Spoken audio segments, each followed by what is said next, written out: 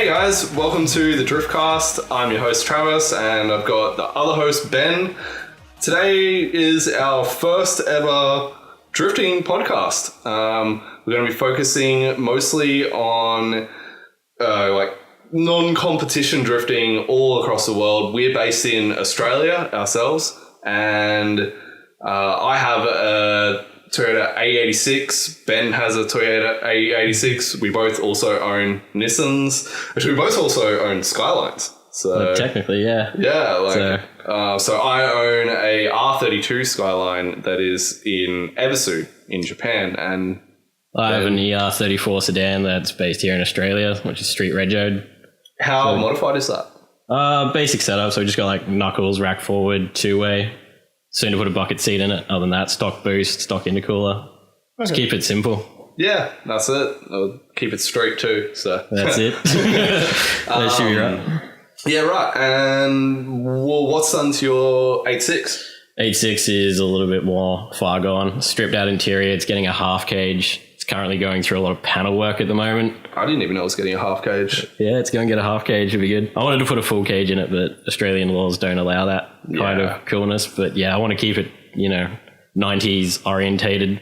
So there'll be no interior at the back, half cage, full interior up front, and then just basic like coilovers, knuckles, refresh the 4Age, and yeah, I need new diff gears as well. But other than that, also super basic. I just don't like getting things too complicated, so when it comes time to fix it, it's real easy. Yeah, fair enough. I think I'm pretty well the same nowadays as far as keeping my drift cars rather simple. I used to build drift cars just a little bit too crazy, and it cost me too much money, and they just broke. So my 8.6 is a testament to that, because it's a forged turbo motor, and it was breaking a lot. Basically every event I would have dramas. Yeah, I remember you had a few issues with the ECU as well, trying to get that all dialed. But again, that also comes with having an old car too. So yeah, definitely. Especially when you drive I guess to a level, of drifting, the wear and tear and stuff on a car is a lot higher than just a normal street car. Oh, most definitely. I mean, even my car with stock loom and all that had heaps of issues with wiring and just earthing and stuff like that. Yeah, for sure. Old cars and rust. Yeah, rust, everything getting old and worn out. So anyway, you guys are all listening. You guys all know that about drift cars because you probably own one. Well, I'd like to hope that you guys own one. Yeah, preferably.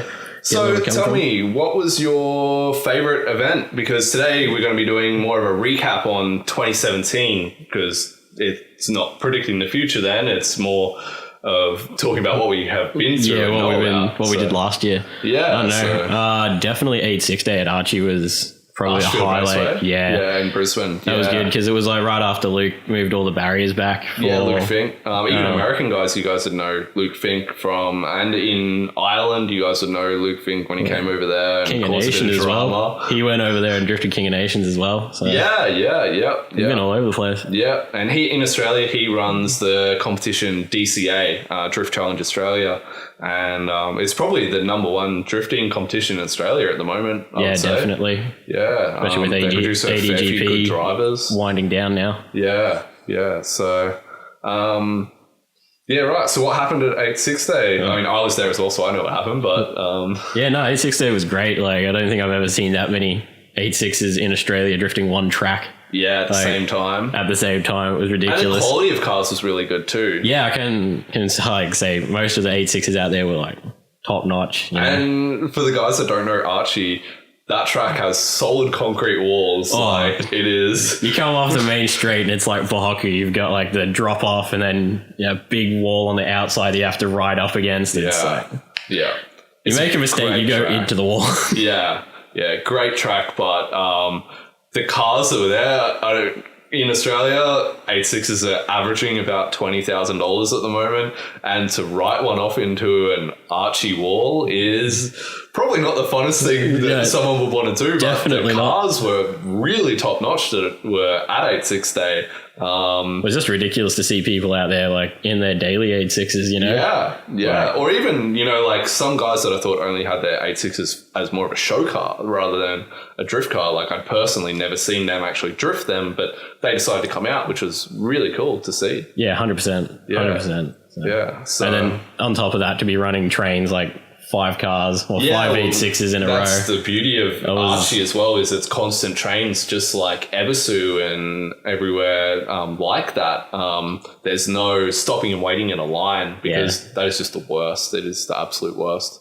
Continuous laps like definitely puts it up there, eh? Like, gets super close. Yeah, exactly. Kill your tires way too fast. Yeah. Even with a 4H. Yeah. And basically, what was your favorite car you reckon that was there other than your own? Oh. And you can't say mine because I wasn't driving, unfortunately. My car was broken. Typical. Yeah. Classic. What was it? Catch fire beforehand. Yeah. But definitely the Beams 8.6 out there, eh? That was rad. Yeah. I was like, finally, Luke's Beams 8.6. That is a really he was going nice ham car. the whole night. Unfortunately, cut short when he blew his diff up, but that was rad seeing him out there because he finally got his handbrake working and he was actually pushing closer and closer to the wall. I think at one point he actually rubbed it. Yep. Which was probably closer than any of the other 8.6 dudes got to the wall. Yeah. Like, even I'm not that brave. Yeah. I still had to drive it to work the next day, so it's like, no. I get T-boned on the way to work the next day. Oh, God. It wasn't even that long after that either. No, it wasn't. It was so bad. But you got hit with the truck as well. Yeah, the truck was like 2 months before it, and then I got hit 2 weeks after it. It's just like... Oh, God. Anyway. But yeah, definitely seeing all those 8.6s out there was good. And then seeing all the other people jump in and drive with the 8.6 people and 8.6 people not getting off track and being all scared, just like going for it the whole time, which was really, really good because you don't see enough of them in Australia anymore. Like you get Corolla Matsuri in America, which is really, really cool, but we don't have that many. I met the guy who runs the 8.6 event, Antonio. Oh, true. Yeah, I met him at Ebisu when I was there in November. He's a really awesome guy. He does LS Fest as well, I'm pretty sure. Oh, true. I didn't know that. Yeah, really awesome guy. I had a really good talk with him and was actually telling him about like SQ Engineering and their parts that are made in Australia. And he was super keen on getting some of those. So that's rad. Yeah, it was really cool. But that's something that in Australia, is I wish we had enough of them left to be able to have a big event like that. Especially to be cheap enough to afford them to be able to do that. I know that, for instance, running Free 8.6, he was talking about that on his Instagram not too long ago about how expensive they're getting. And I don't know if you know Boss_N22, I think is. Yeah, he's definitely one of my favorite guys on Instagram because he still streets his 8.6. Exactly, but if his 8.6 wasn't cheap enough to afford, he wouldn't be able to do what he does, you know? And it's 8.6 is unfortunately just getting to a point where they're just too expensive for the startup drifter. Like for instance, I remember back when I was 17, 18, you know, you could buy a setup notchback A86 in Australia for like $6,000 and you're like, no, I'm not spending that much on a notchback. Like actually, because that was like right before I went to Germany. It was maybe like 4 years ago. No, it would have been over that. It would have been like 5-6 years ago now. I was looking at it. There was a silver notchback up for sale. It was like coilovers, two-way, all that stuff. And they only wanted like $4,500. I was sitting there, I was like, oh, that's so expensive. Yeah. And I got back from Germany. I bought my car for $7,000. I'm like, really should have bought that notchback. Yeah, exactly. Well, especially considering how much notchbacks are going for these days, about 25,000 Australian. Yeah, they've definitely because we didn't get them for the people across the world. We didn't get notchbacks here. We only got the hatchbacks here, and they came with the 4AC motor. But so essentially like an SR5 American one. Bar. We got the actual cool bumpers, base models, basically. Or if you're in Japan, it would have been an 8.5. So essentially, basically, but and we only got Levin, which America only got Treno. So That's why I think you have a Lemon's Treno more car. expensive in America, and Trenos are more expensive here. Oh, most definitely. I mean, look at that. Rolling Shell went for what, $7,000 recently. Yeah, exactly. Yeah, That was just because it had a Treno front on it. Yeah, and it was an ADM shell. It wasn't even an imported Japanese shell either. So yeah, how ridiculous prices are getting in Australia. So. Yeah. Well, what about the favorite event that you saw on YouTube then? Because we can't obviously make it all across the world to see all these awesome events. Unfortunately. What would be your pick of the bunch? You know, all that comes to my mind is like the C's Garage event in New Zealand where Naoki came. Then you had even Super D, and again, Naoki was there. Yeah, that's it. You also had Desert Mayhem. That was an event that really went off last year. Desert Mayhem looked really, really cool because it was they kept the whole continuous layout going. Yeah, again, another event. It was continuous. It was set up in blocks, though. I think like certain people went out. Yeah, for certain blocks sessions, of drivers, but it was just a continuous laps thing, and that was really cool to see because like you wouldn't have this big group of drivers do one run and then wait for 10 minutes, and you'd be off looking at something else in the video. The video was like real centered around driving and actually seeing people like push really close to the wall, like actual Mayhan style, was really, really cool. I think the fact that they could do that was that it was really set up close to actual Mayhan. Like it wasn't like we looked at a picture and went for it. Literally like Mayhan. Yeah, so, definitely. Didn't they have like the Animal Style guys come out after they'd just been to Mayhan to help with that? Yeah, I think it was something like that. Yeah. Can't remember. But yeah, no, definitely. It was probably one of the closest replicas I've ever seen, if not spot on. I think so as well. If not spot on. I wish we could have something like that in Australia, but I just cannot think anywhere that has the room to do something. The space would be a big issue. But because you need such a run-up. Basically. Yeah, and on top of that, you need somewhere that would cover you with insurance in Australia because that's a big issue here. I still think that's an issue in America as well, but you know, some places just get away with it a bit, and probably it's state by state with insurance as well. So, possibly. But I think they do run into that kind of an issue over there, which is why most events in America aren't continuous. They're still just sent out on like solo or tandem. You know, So, either or. That's something I'm really jealous of. They got to do that because that looked really, really, really fun. Yeah, I would if I couldn't go to actual Mayhem, I would definitely go there. 100%. Yeah, that looked so good. Like, yeah, and it had some top level drivers. Like they had Forrest Wang. I'm trying to think of who else was there, but I know that there was a couple of FD drivers that were driving even their FD cars. Yeah, I saw a few FD cars out there, and then I heard about a few other like pro level drivers out in there, like practice cars and stuff. Yeah. That was really cool. Then there was some of the guys that have like quite notable cars in the not amateur, I guess you say, but non-competitive community that were out there as well. Like for instance, like animal style type cars, you know, that kind of like the Hot Boy style stuff. Yeah, like real cool type, and which I guess is what we're more into and want to talk about. And yeah, those type of cars were there as well, which was really good to see at an event like that. Yeah, it's good to see them mixing together. You know, like that's something that I think is not getting done enough. You know, people are trying. Yeah, like for instance, I've heard some at Final Bout last year. I think some of the FD guys weren't even allowed to enter the event because they were affiliated with FD basically, and they were just too corporate. And I'm like, I'm kind of against that. Like, if you're a good driver and you got a solid car and your car like looks the part, like for instance, like Forrest Wang, like he's probably the closest hot boy in FD. He's definitely got the coolest car in FD. And he right there proving you don't need to have a car that's like 3 meters in the air. You can run something like that. That's cool. He should be allowed to go to an event like that. Oh, most definitely. You know, like his car is cool enough. Just because he's got sponsors doesn't mean that he shouldn't be allowed to go. So no, I feel like they shouldn't be discriminating against drivers so much more as like the corporation itself. If they really wanted to get down that. Discriminate against maybe cars. Like I guess if you didn't want them to come in their FD car, you know, and you wanted to keep it more of a low key. But I mean, who doesn't want to see 1,000 horsepower, you know, like smoking it on such a small track? Like it would be so different on such a technical track. 100%. But anyway, we don't want to really talk about FD. No, but it was just cool to see like a good mix of cars driving together, because that's what drifting's about, just having fun with everyone. It doesn't matter what your car is, if it's a comp car, if it's just like a show car, as long as you're out there like driving and having fun, man. Well, that's the thing. I watched the video about Super D in America, the American Super D that Naoki came to, and there was a big thing in that video that was like, oh, fuck FD, and we don't care about them, we just want to drift, and FD's ruining everything.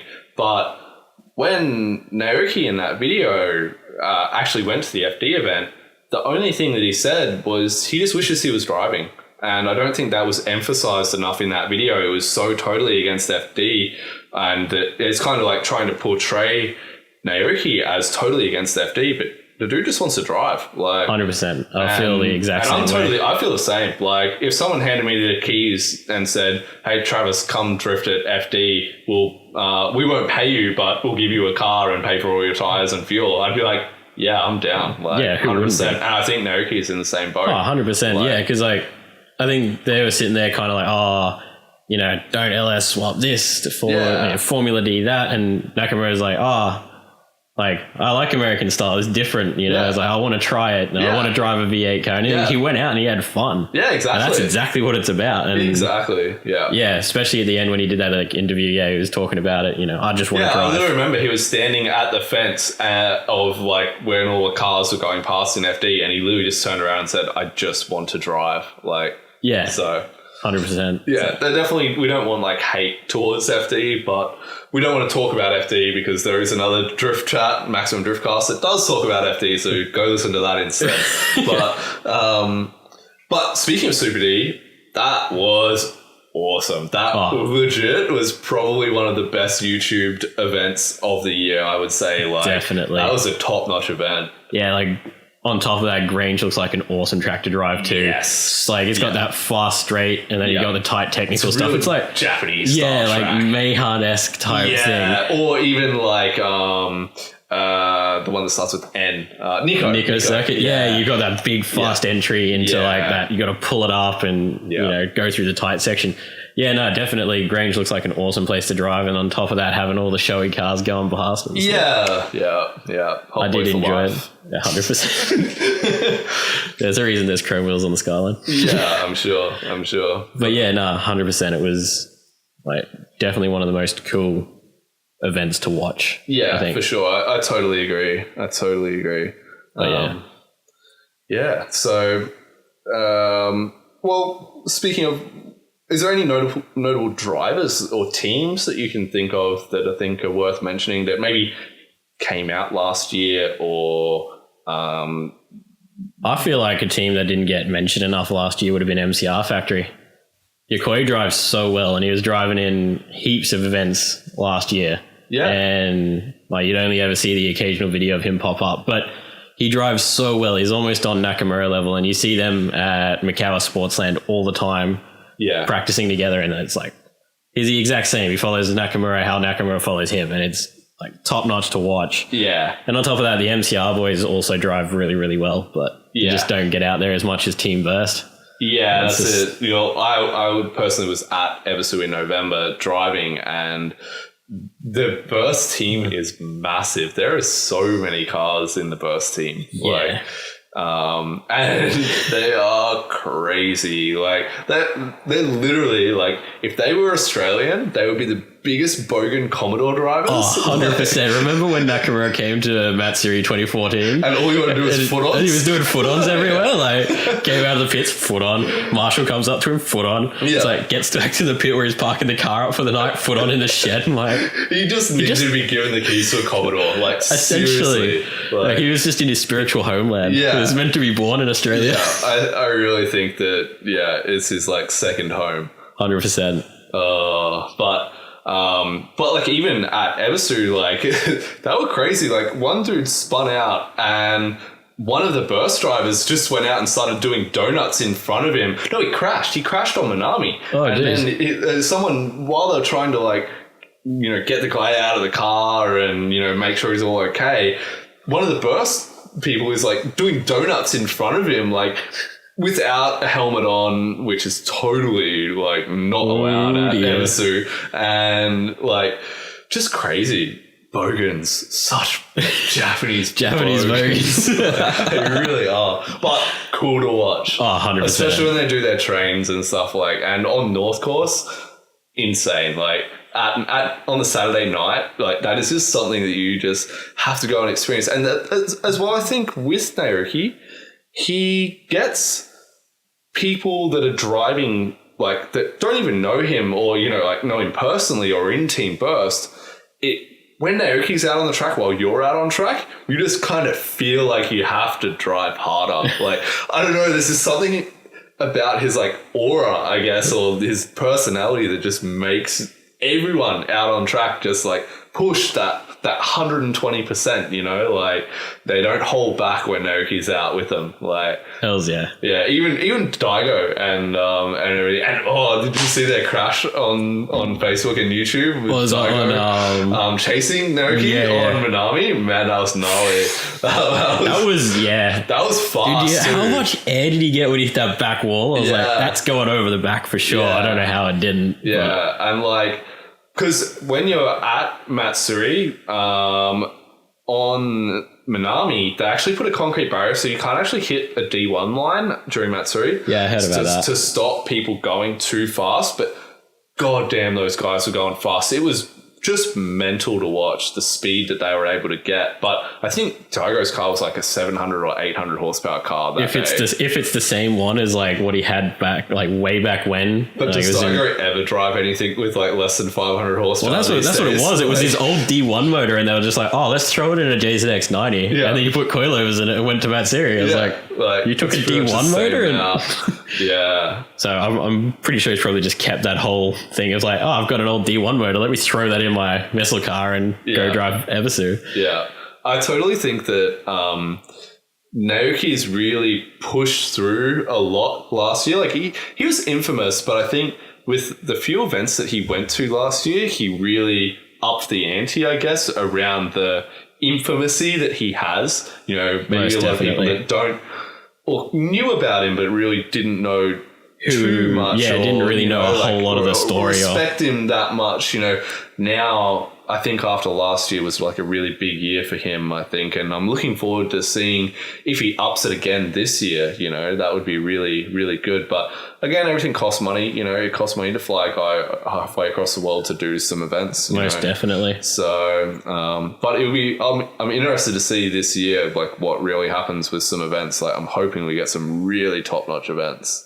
Yeah, that'd be really cool. I'd also wouldn't mind seeing him drive a bit of competition. Like, I know I'm not a big competition guy, I don't know but when he can drive because he must, because he lost his license in Japan. I don't think he's allowed. He doesn't hold a car license, I think is the reason. He is still allowed to compete in D1 SL. I can't remember what it was way back when. Yeah, it was when he got done street drifting 6 years ago. Okay. And that only became a thing because unfortunately there was Yakuza nearby and it became a big thing in the news. Right. That's when he had his D1 license revoked. But as since then, it's been given back to him, but he just doesn't drive as much. I guess maybe a sponsorship issue with the whole background. Yeah, after seeing him drive with Daigo on Minami, which is like a major D1 course, it was really, I guess, piqued my interest a lot more to see him in competition. I would really like to see. I mean, he had that competition S15 that he drove. Was it King of Nations in Japan?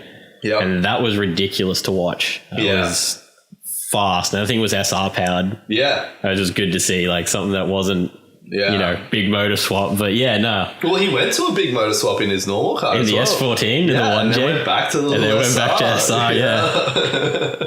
Yeah. But definitely would be cool to see him do some bigger competitions like consistently just to see how he stacks up. Yeah. With some of the more established drivers, I guess. Yeah. Especially guys that still do like non-competition drifting a lot, Not too much interested in the guys that only do competition drifting, but Daigo, man, he's out at every Matsuri. He drives heaps of stuff. Yeah, and he's definitely a fan favorite, I think, as well. So, what about another event? I guess speak more about Naruki's last year. We might as well finish that off with the Seas Garage event in New Zealand. Like that was ridiculous. That was a ridiculous event. I don't know how many people from, say, America actually saw the videos from that event, but man, well worth it. Go search it. Worth the Google search for that one. Yeah, 100%. Naruki's driving was, again, just top notch on that event. He just hopped in the keys given the keys to this kid's daily R31, and first lap he had it like a centimeter off the wall, and I don't know how he does it. Like, it's just next level. Hey, it is like, to know how long a car is without never driving that car before is just. Yeah, wow, next level. Yeah, 100%. I'd be way too scared, You get in someone else's car and you're just like, oh, just baby, this next minute it's like far off the wall. There's no such thing as babying a car, no matter whose it is. I think you know whose mind. Yeah, 100%. Yeah. But yeah, like him and Mary was crazy. And then he went to Hampton Downs the day after, and he had the Seas Garage S13. Yeah. And he was chucking backies off of it and like dirt dropping on entry and stuff. That was nuts. So. True Japanese style driving, I think. 100%. That's like all speed and just which is what I love. Like when I drive East Course in Ebisu, you're only allowed to drive that on the Matsuri weekend. So basically, I spend all day Saturday on that track, and I have my 32 over there is only stock RB20. It only has exhaust and a front mount. I think the boost is at about 9 or 10 psi, so it's not a crazy car like by any means, but driving that thing so fast down that main straight and just throwing it at my friends that are recording on this little tiny wall, that if I hit them, I would flip over the wall and just destroy them, and take off their heads. But that's just the thrill of Japan, I guess. Everything's just at your own risk. There's no safety shit, but it's like, wear a helmet, don't aim for the tires. Oh, wait a minute, no, you got to aim for the tires. But like just driving fast over there, man, it's wow. There's that track. East Track is probably the most favorite track I've ever driven on, and probably ever will drive on by far. I go through a pair of tires with that really low power RB20 in the dry. I'll go through a pair of tires which are 16-inch Kenda Kaiser KR20s. I'll go through a pair of them in under 15 minutes. Dude. And that's giving probably like 7 minutes of that is cool down laps as well. Like I got to give some solid cool down laps in that time. So I'm even heat cycling the tires as well by doing that. And man, that's straight. There's just nothing better. Like you can click fourth if you game, and you're still just fire out. Like, it's amazing. It's amazing. Yeah. I definitely have to get over there and experience that. Definitely. It's getting so expensive. Like for instance, I don't know if other people know how much it actually costs to do like 7 days at Ebisu, but for me, trying to do it as cheaply as I can in a low-powered car, but still not to the point of where I'm like budgetos, like I'm not just living off like $1 ramen every day, and like, trying to conserve my tires as much as I can. I'm still being like somewhat conservative, but not like, no, I can't drift this corner because I don't want to use my tires. Yeah. But even still, that including flights, which by the way were only $600 return. In Australian, it was $13,000 for that trip, and I already owned the car. So it's not cheap. I've done 3 of those, and I'm like, man, that's a solid house deposit. Like, yeah. But worth it, It looks it. I could never go to Ebisu to just watch. Nah. It's something, if you go, you have to drive. Or at least go passenger. Yeah, I feel like once you've started driving, you've really got into it. It's really hard to go anywhere and just watch it. I can't stand watching stuff you get too long. You get too G'd up to actually drive. And then doing skids out the front. You get pulled over by the cops. And then it's like all over. It's like buy license, buy car, everything. But it's definitely like that, because like even watching you drive all day sesh for like the short time that you got before your car decided it wanted to play up. Yeah. Like that got me G'd up so much. I was like, I just wanted to drive, Yeah, totally. Speaking of all-day session, let's talk about Queensland Raceway. Obviously in Queensland. This is in Australia.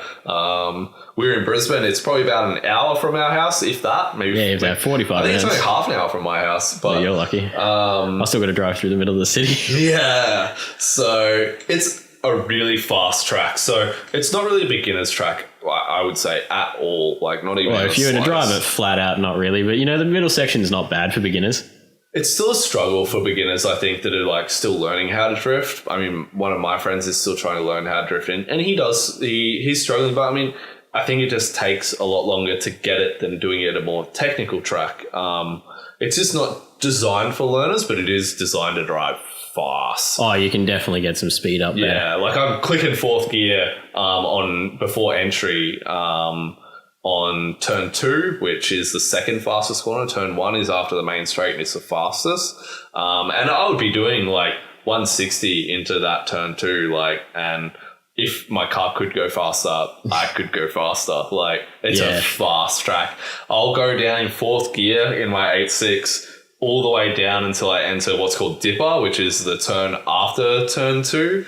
And I'm fourth gear munging that back straight and then back into third and fourth gear for the rest of the track. Like, your car isn't turbo, so you're not going to be doing that. But it'll be interesting to see what it's going to be like in your Skyline. Yeah, I'm very interested to give that a go. You just have to grow some balls, I think, and actually click some gears. But I'll try third gear to start with, but it's a much larger car than the 8.6. It'll be, your lines will be totally different as well. 100%. I feel like we actually had to hold all of dipper rather than trying to use just the momentum, because I was in the 8.6, you'd come out of turn 2. And I don't have power to do the whole manji and keep it going. So I'll be like flat chat out of turn 2, third gear, flick, and I'll be doing like 140. And I'll just like let it slide the whole way across that straight section into dipper, and then you bang second. Yeah. And then just hope you make it all the way through the actual dipper section. And then you back up to third for the rest. Well, for instance, I've also got a 180 SX, which is a 240 SX for our American listeners, but it's only got an RB20 in it, so I tried to keep it as similar setup as I could to my 32 in Japan. And it's a very basic car. Like, it has blown up coilovers that are absolutely dead. When you drive in a straight line, it kind of goes all sideways. Watching that was very interesting. It's pretty sketchy to drive, but I can click fourth gear, I think, in that car as well, coming into turn 2. But again, that's only an RB20. Like, you don't need heaps of power.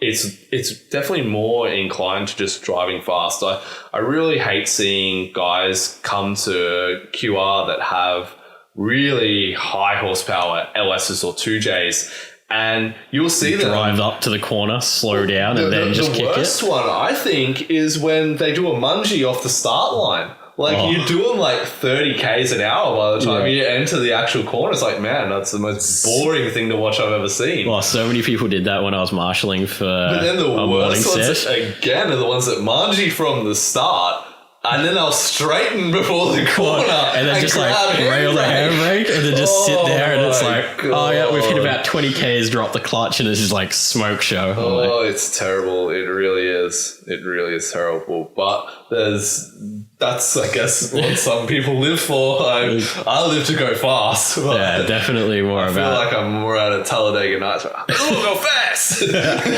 Yeah, definitely way more enjoyable going quickly, I think. Yeah, I think that's why I like driving lower power cars, even though my cars aren't NA. My 8.6 will be, probably by the end of the year, it will be a 7H, but I still just like driving lower power cars. Like, for instance, in my 32 at Ebisu, I took one of my friends out who's Japanese, and he has a S15 and a JZX 100, and I think the S15 is about 500 horsepower and the JZX 100 is 650 to 700.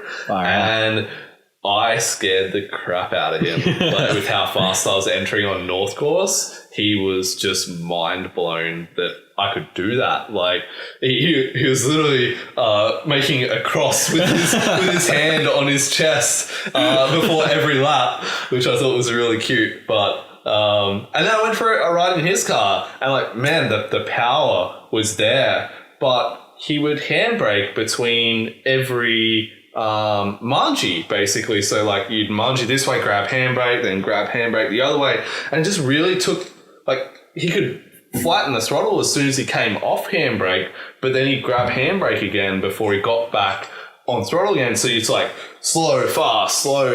You know, it just feels wrong. And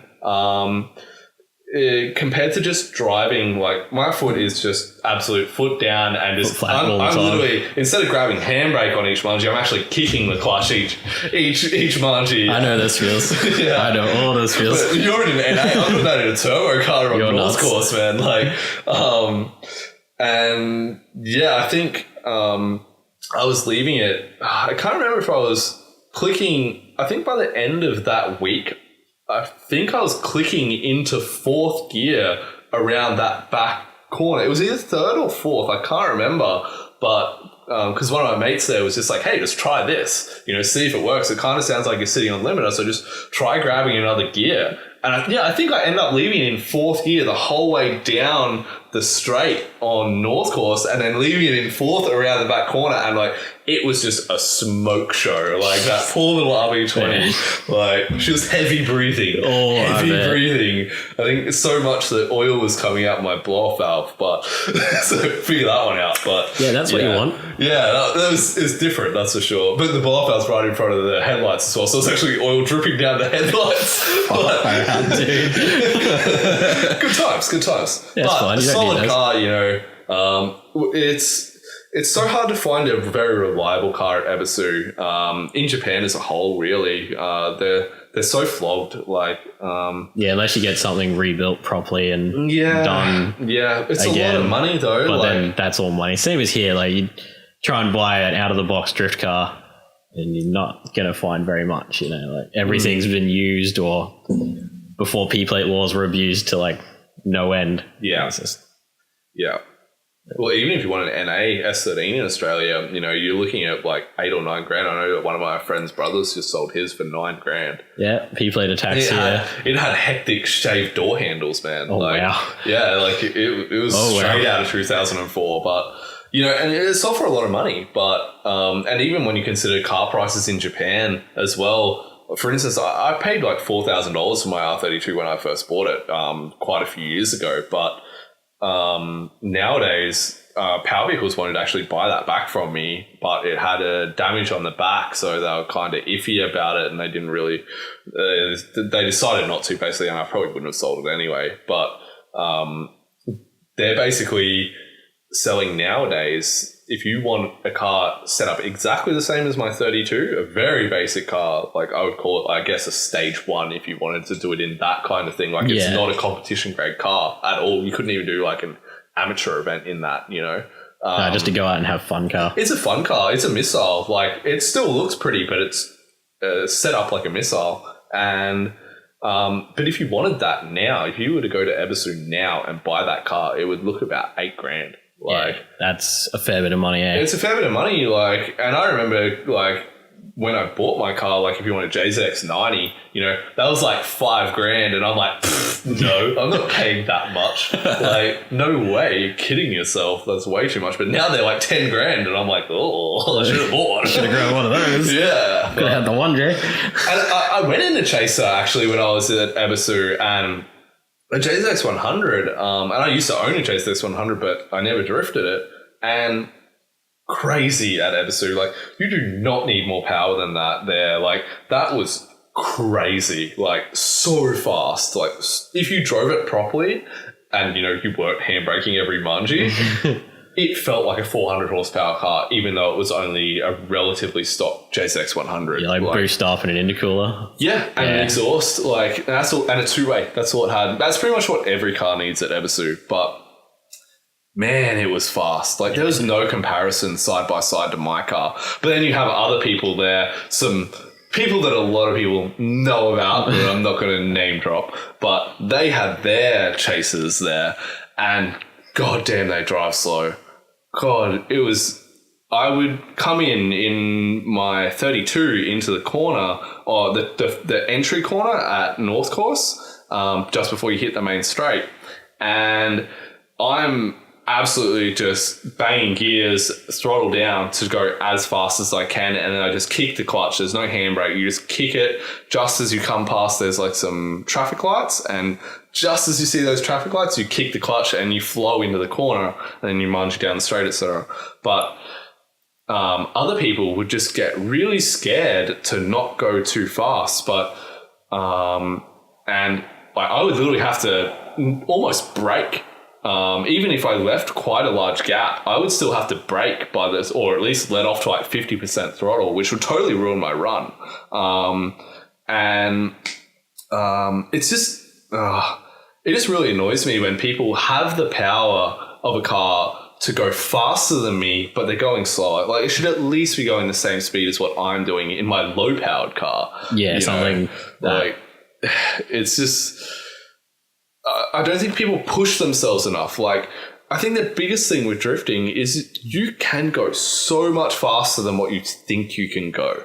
Well, yeah, I think, like, and if you're practicing... do not think I'm the best drifter in the world, because I'm far from it. I'm pretty average. But no, but, like, seriously, if you're going to Ebisu and stuff and your car's not, you know, registered on the street, you don't have to drive it home. I mean, isn't that the point? You want to try exactly. Especially if you've got a cage. Don't even have to go like fast. I mean, just like start working up in increments. But then if you're staying there the whole time and they're not getting any quicker, because I know I've had issues like that at QR. Yeah, it's like hitting in the like 86. You give them like weightlifting and they're not gaining any more mass, or not able to lift anymore. You got to keep pushing yourself. You can't just go, oh, I'm comfortable here, I'm going to stay at this level. You know? Yeah, no, just like small increments, like just push yourself a little bit further. But even to try something different, you know, like my friend told me to go, oh, try clicking another gear. And I did, and it worked. You know, you'd be so surprised at what you can do. I mean, that was like 860. Like, I was coming into that hairpin, like using all the handbrake, and then you're like, oh, try foot brake. And that worked so much better because I could keep the revs up. Yeah. And being a 4H, it wasn't pulling the front around a bit rather than trying to throw the back out. Yeah, that's it. And because like 4H, there's no torque or any power there, so it was just keeping it going. It was it worked out. Weight shifting it through there rather than slowing down through there. Yeah, so much better. And it's like you just sometimes need to like find the little things to push yourself. Yeah, but I think at a place like Ebisu, where you're literally drifting from 8 a.m. till 4:30 p.m, and these people in question were actually there, I think, for like 3 weeks or something. Like, they were there for quite a long time. Yeah. But even by the end of their time, they were no better than what they were when they arrived. At least from what I could see, I wasn't watching them the whole time, but every time I drove with them, they were just terrible, basically. But, you know, I guess not everyone gets their comfort zone. Everyone's at a different level in their mindset as to what they can do.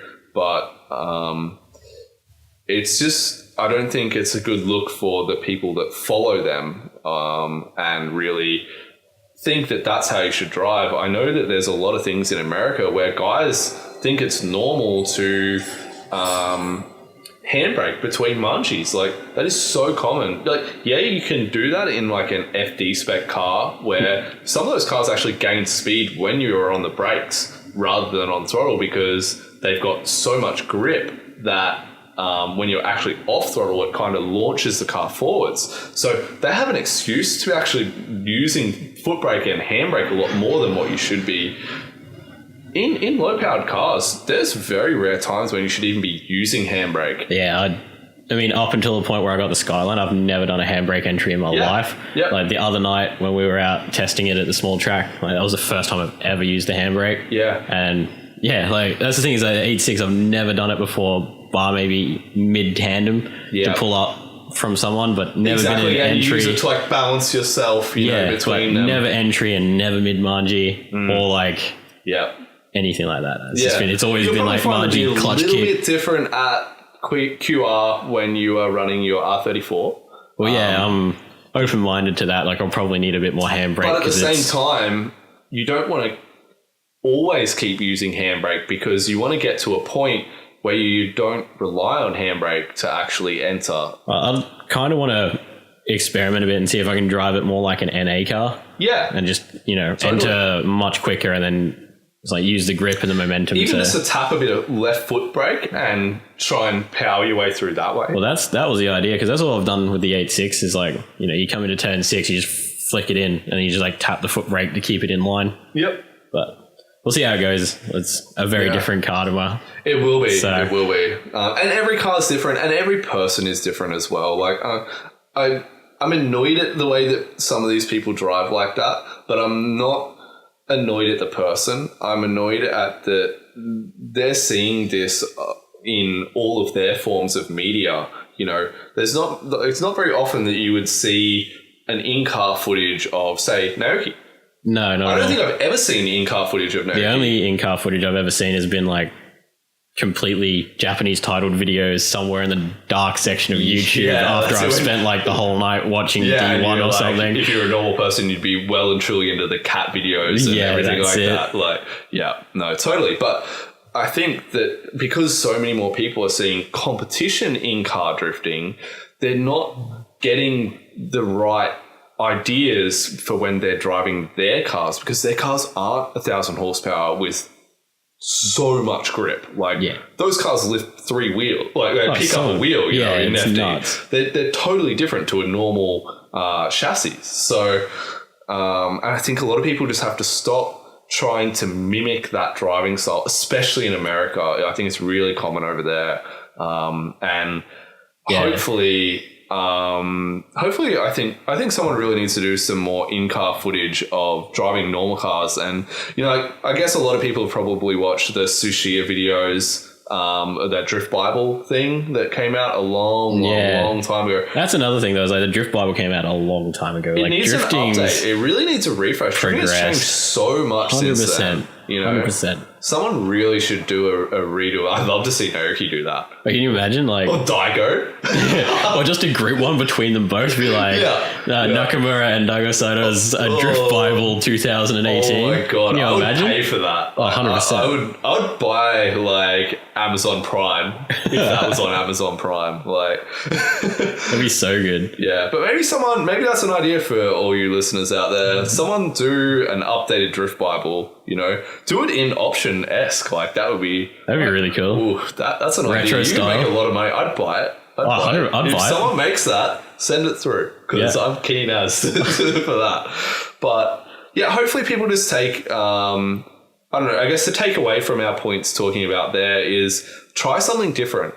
Stop doing what you're comfortable doing. You know, try entering the corner 20 kilometers faster. Try picking another gear. You would be so surprised at how fast you're going to enter a corner. You can wash off speed in an instant, like absolute instant. Yeah. Like, especially if you're running like decent tires and stuff, you know. Practice solo. You know, first off, don't try and learn something new or try something new in tandem. You know, it's not going to work out well unless you are following someone that you want to drive like.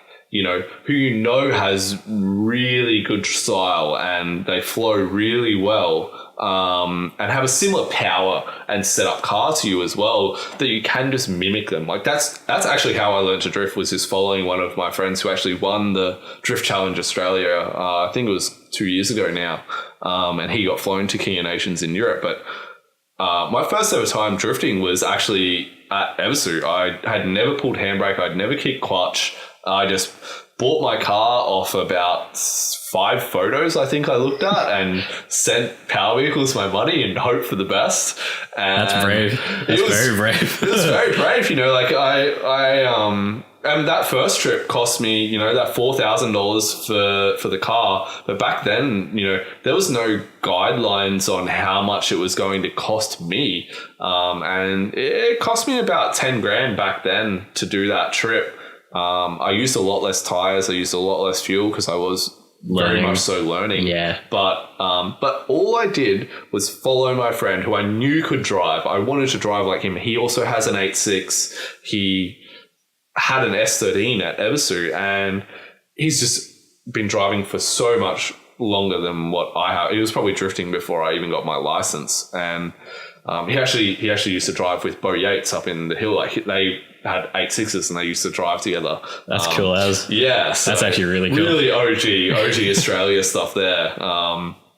But back in Drift Australia times, wow. Oh. I bet half the people who listen to this probably have never even heard of Drift Australia. But anyway, it's the best way to learn, I think, for anyone who is listening to this and wants to learn how to drift or how to drift better, is just copy someone else. Like, just follow them and figure out what they do. You know, go in the car with them, watch what they do, and really, you know, take note of what they're doing and how the hand positions are, how much steering input they're giving. I think that's a big one when you're learning is people give too much steering input. Oh, way too much. Not enough throttle input or too much throttle input or that's a whole nother kettle of fish, that one. But definitely, you know, go in other people's cars, even get people that know how to drive to come with you. That was a big thing for me, is I had, when I first started, like I had a few people come in the car with me and they're like, oh, we're noticing you're doing this, like try this instead. Yeah. Oh, you're cutting it really shallow here. Why don't you try going a bit wider there? Yeah. And like, that's all I needed was just, you know, like helpful pointers. And then all of a sudden it starts like coming together. And even watching like videos of people online, like Aweo, the 8.6 driver, one of my favorite dudes to watch. Yep. And like, that's where I got all my 8.6 driving style from, like where I noticed people like use the clutch to transition. I got that all from just watching videos of him back in the day. Like him in his old panel van up in the hills. That was intense to watch. Yeah. But like that's it, you know, just copy someone else. But even I think when you're actually, you know, I think even the guys that are listening to this that are been driving for quite a while, you know, and they're even confident in their skills, you can always get better. And I think you can get better by going with someone as well as trying some other chassis and motor packages, because going from like a V8 to a turbo is totally different feel. Like most definitely. And NA to turbo, you know, say you've been driving for the last 4 years in a turbo car and you're quite happy with how well you drive in a turbo car, try driving an NA, because I think you would be really pushed to your limits and you actually learn a lot more by actually driving in a NA car versus what you're used to, basically. Yeah, definitely. Yeah. Yeah, because it's a totally different style. Like turbo car seems to be able to just sit there and you don't have to stress too much about your corner speed. No, that's what I noticed about the 34 is like, if you go in a bit too slow, you don't have to stress. You can kind of be like, I'll just give it a little bit more and just, you know, a bit of steering input and you'll make it around the next corner. Whereas if you do that in the 4Age, you're like, okay, that's the end of my run. I'll start again. Yeah. You know? Totally. Well, I think we've deviated a bit from where we're going to talk. Yeah, most definitely. So let's just talk again quickly about actual QR Matsuri at Queensland Raceway. And did you actually go to that event? I didn't go last year. The last Matsuri I drove or that I got into was 2014. Oh, wow. Oh, no, 2015. No, sorry, 2015, sorry. Yeah. And that was really good. Like, unfortunately, I didn't know as many people as I do now. Yeah. So I got in the tandem lane with a few people that I did know. Right. And then all of a sudden that tandem lane became a 15-car train. Oof. And I spun out in the middle. And then ACA's most wanted 8.6 did like skids past me along with, I can't remember, one of the 80 GP A86s, and that was enough for me. I was like, nah, that was too close. So I'm just going to sit back in the single line for now. Yeah. Like being a street car and all that, having to drive it home afterwards. But no, it was definitely a great experience. If I was to do another Matsuri though, I'd definitely want to drive with friends so we can tandem lane it the whole time. My last two have been with friends, and we actually all had very different setup cars, and it was quite a bit different in the way of our lines, but then it rained and it was amazing. Like we were all then put on the one level, and yeah, it was just really good. I had a JZX81 with me, and I was driving my 8.6 at the time, I think, and I think my mate had a turbo old rear-wheel drive Celica, and what else was there? I think one of my other friends had his turbo 8.6, but yeah, following my friend in his JZX81, like that guy can drive, and I know he was driving with you. Oh yeah, he drove with me at 8.6. That was an experience and a half. Yeah. Like I've actually got videos of that. If people ever want to watch that on YouTube, just type in 8.6 day at Archfield. I've got in-car footage from both cars as well as outside car footage, and that is it was so much fun. Tandem. Yeah. It's like super confident, I was getting a bit nervous, but no, it was good. I enjoyed it. Yeah, totally. And as far as QR last year, can you think of anything notable from that happened? There's two events at Queensland Race, two Mat Series. Yeah, two big Mat Series every year, which is good. Yeah. Unfortunately, the first one got rained out a fair bit, didn't it? Yeah, it did actually. I think that was the one where I was driving my 8.6 with the guys, and that was a really, really good event. But, yeah, I was working that weekend. Yeah, but I forget who there was no guest driver. No, there wasn't a guest driver that event. In the October one, we had Okachan. Yeah, that was pretty cool. Unfortunately, I didn't get to drive as much as I wanted to see. No, I think that was a bit of a letdown with the cars not being ready or something like that. I'm pretty sure it didn't want to work on the day. They had a tune, but it didn't want to start. And but unfortunately, I think you still drove some other cars there. Oh yeah, I definitely think you got out in a few different ones, which would have been cool. But unfortunately, I didn't get to see it. Yeah, totally. But one thing that really happens with QR Mat Series, even though it's a non-alcohol event, we're Australians. People love to party. A little bit too hard. Yeah, so actually some security was involved, I think.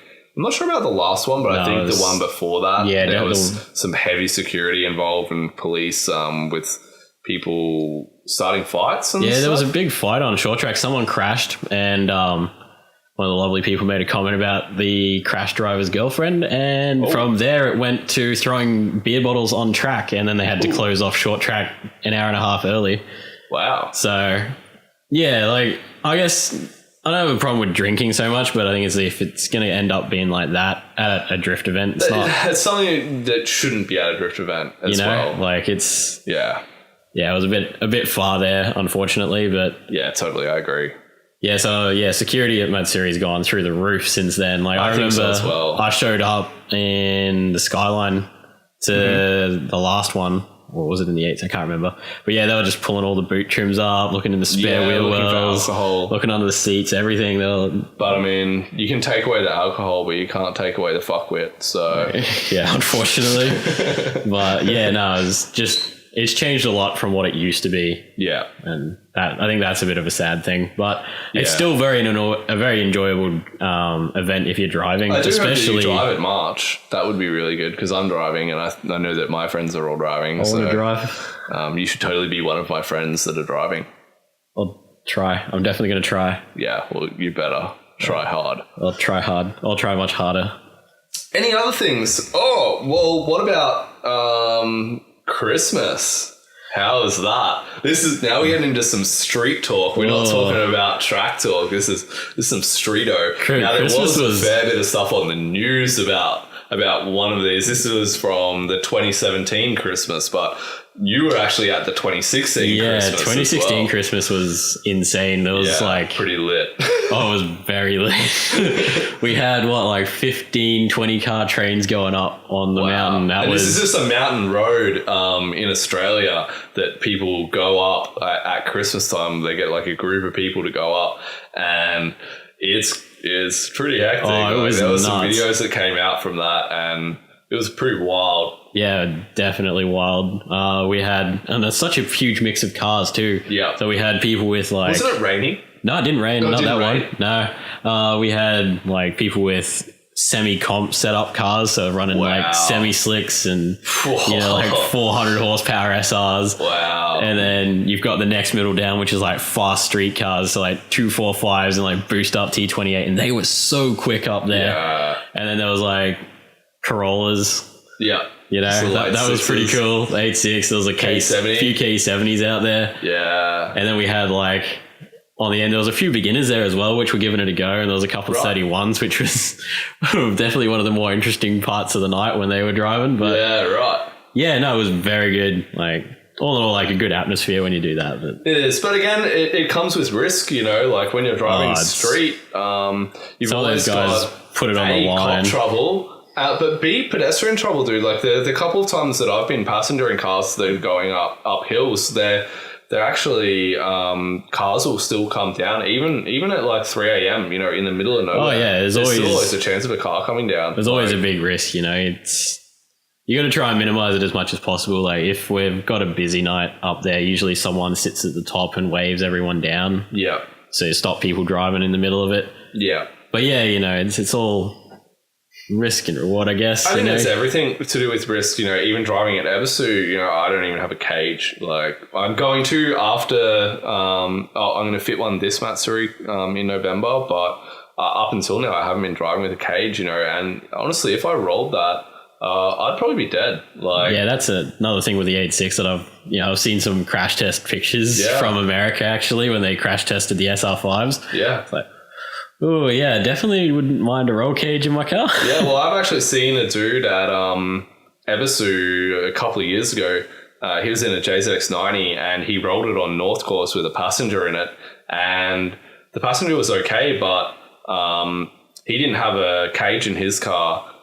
He was running a bucket seat, not harnesses though. He was just running a normal seatbelt and a bucket seat. But what happened was the actual bucket seat snapped in the rollover and his helmet was actually stuck between the steering wheel and the roof. And they actually had to lift the roof up with the forklift to actually free him because he couldn't get out because he was literally stuck between the roof and the steering wheel. Like, that's crazy. I've seen other dude. Oh, I haven't seen it. I heard about another guy that his whole face got caved in because it had an open face helmet, and the steering wheel actually like caved his face in, and he had to get some solid surgery in a foreign country, probably with very bad insurance level. You know, if any at all. I know that some people aren't covered when they go to racing at a racetrack like that. So.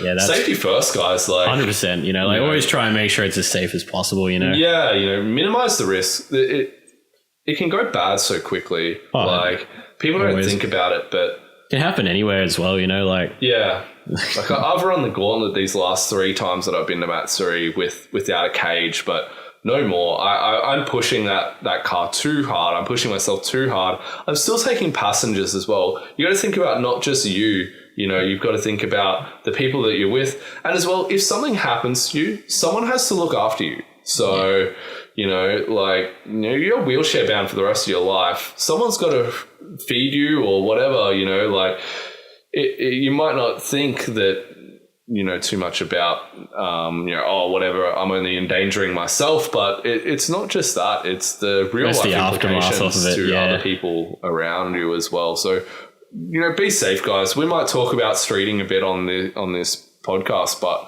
we're really trying to minimize the risk when we do go streeting, if we do. And even at the racetrack, you know, have your car set up properly, get it properly tech inspected, even if you have to take it somewhere to verify. Like if you're doing harnesses or cage and stuff, get it done properly. Yeah. Seriously, don't just follow some random kid on YouTube that shows you how to bolt in a harness. Take it to a proper race prep place. Like you don't have to go to a drifting type place. You can go to like a road racing style workshop, you know, that they build like road racing cars or time attack or something, you know. They'll have more than enough knowledge about how to set up those. Not just wrapping it around like your mate.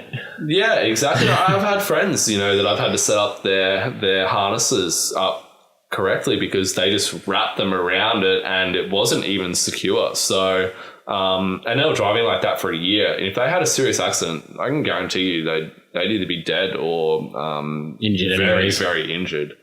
But I want to talk about that on another episode anyway. Today's just more of a recap. But is there any other events that you can think of? I know that we've kind of gone through most of the main ones, but or even any notable events over even the year before that what's your favorite event you've ever seen footage of? How about that? Oh, that's a difficult one, eh? Or your favorite event you've ever been to in your whole life, or even one you wish you could go to. What's an event or a track that you would love to visit? I think out of the whole event things that I've seen in the past, would have been 8-6 day at Yamanashi Sportsland like 3 years ago. Right. That looked like the most fun time. Like, that's such a cool track. And then, 8-6s everywhere is just a bonus. I'd love to go to either one of the JZX days that they do in Japan when there's only JZXs. And I think they do that at Baihoku. I think it is. I know they've done JZX, like the 1J meeting. The 1J meeting is what I'm talking about. Yeah, Fuji Speedway. That's pretty cool. Yeah, but they do it at a smaller one too as well, I think. But I haven't seen that. That'd be cool as. Baihoku would be mint there. It's such a cool track. I would love to drive Baihoku in an 8.6, NA 8.6, driving Baihoku. Oh my God. That'd be scary. I'd be so down. Dream. But I think my favorite track, that if I could pick any, I would love to drive Willow Springs, the one that goes up the hill and then comes back down. And there's something about that track. I've always wanted to drift that track in I want to drive that in like a 800 horsepower 2J, like stupid setup car and just hit that thing as fast as I can, and just do Bake City around it, like vape clouds for days. And I think that if I could pick any bucket list thing to ever do in my life, I think it'd probably be that or driving some other stupidly fast track, maybe like Irwindale or something like that, into some crazy power car. But drive it fast. That'd be cool. Have it set up for speed. I'm all about that speed. Would be good fun. Depends on which speed you're talking about. But it's Australia, so can't get that. But cool. Well, I think we might even just leave it at that. And I think we've done a pretty solid recap of 2017. You guys have learned a bit about us as well, I think, but not too in depth. And any closing remarks or anything you're looking forward to this year that you can think of? Oh, I don't know. Yeah, Matt Siri this year will be interesting because they haven't released a guest driver yet. So that's true. That'd be a good surprise. I don't know if they'll do one for March. Usually they only do one for October. So either or, it'll be interesting to see what happens. I'm really interested to see what Luke Fink does with Archie this year because he really did some good stuff with it last year. I'm looking forward to seeing what else they can do with that. Yeah, I'm interested to see, they recently did that Nico circuit style 3-wheel section. I was a little bit sad that they moved the walls back that far. I heard something else about it that they've changed as well. I think it's got like a not a jump, but kind of like a bump that you that's the Nico section at the back. It's like a raised part where it's a drop off, so if you hit it with your rear wheels, you'll lift the fronts up. Yeah, that's pretty cool. So it'll be like Nico entry. Yeah, Oof. I'm real keen to give that a go. So I'm really going to see Luke, if you ever listen to this, just do some good stuff with that track. I'm keen to see what happens. That can literally be the best track in Australia if it's done right. And so far with what you've done, I've been really, really happy with the outcome there. So yeah, it's been good. Yeah, it's been real good. Cool, and I'm looking forward to Eversu this year. I go back in November, so if you see me out there, I'm really easy to spot. I've got a white R32 and it's got purple flames on a black bonnet, so it's damn easy to spot. You'll see me frying around North Course or Toge or trying to do the jump at Minami and hit that Daigo line, but not the backwards Daigo line where you're up the wall, please. Yeah, not that line. Not that line. The good line. The good line. The pre-hitting the wall line. Yeah, that's ideal. Stick to that one. No, cool. All right, well, I think we're going to look at doing this at least every fortnight. If it gets done more than that, happy days. But we're going to try and do this at least every fortnight. Yeah, it'll be good. Looking forward to it. All right. Well, we'll catch you later, guys. Thanks for listening.